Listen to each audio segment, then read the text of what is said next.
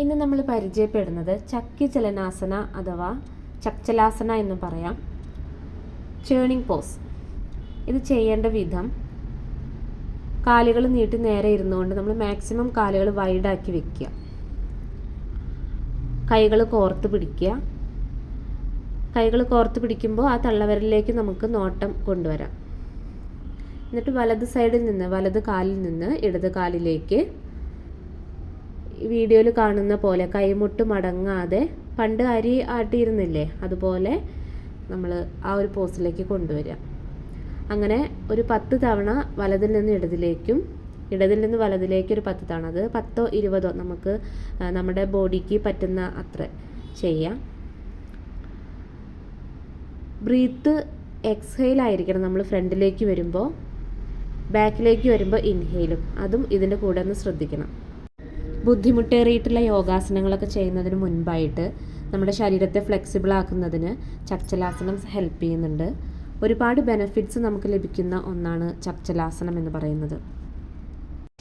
യോഗയിലെ ഏത് പോസ്റ്റർ ചെയ്യുമ്പോഴും നമുക്ക് അത് മാക്സിമം പെർഫെക്ഷൻ കൊണ്ടുവരാൻ നമ്മൾ ശ്രമിക്കേണ്ട കാര്യമില്ല.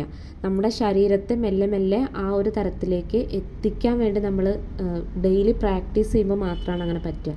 ആദ്യം തന്നെ നമ്മൾ റിസ്ക് എടുത്തുകൊണ്ടൊന്നും ചെയ്യരുത്. അപ്പോൾ നമ്മുടെ ശരീരത്തെ അറിഞ്ഞുകൊണ്ട് നമ്മൾ ചെയ്യാൻ വേണ്ടി ശ്രദ്ധിക്കുക. ഏതൊരു പോസ്റ്റർ നമ്മൾ സ്ഥിരമായിട്ട് ചെയ്യുമ്പോഴാണ് അതിൻ്റെ ഗുണം നമുക്ക് ലഭിക്കുക.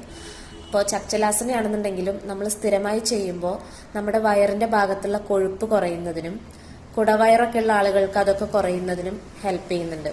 നട്ടെല്ലിനൊക്കെ നന്നായി വ്യായാമം ലഭിക്കുന്നതിനും അരക്കെട്ടിന്റെ ഭാഗത്തിന് നല്ല വ്യായാമം ലഭിക്കുന്നതിനും ഇടുപ്പിന്റെ 2 സൈഡിന് നല്ല സ്ട്രെച്ചിങ് ഒക്കെ ലഭിക്കുന്നതിന് ഈ ആസനം കൊണ്ട് നമുക്ക് ഹെൽപ്പ് ചെയ്യും.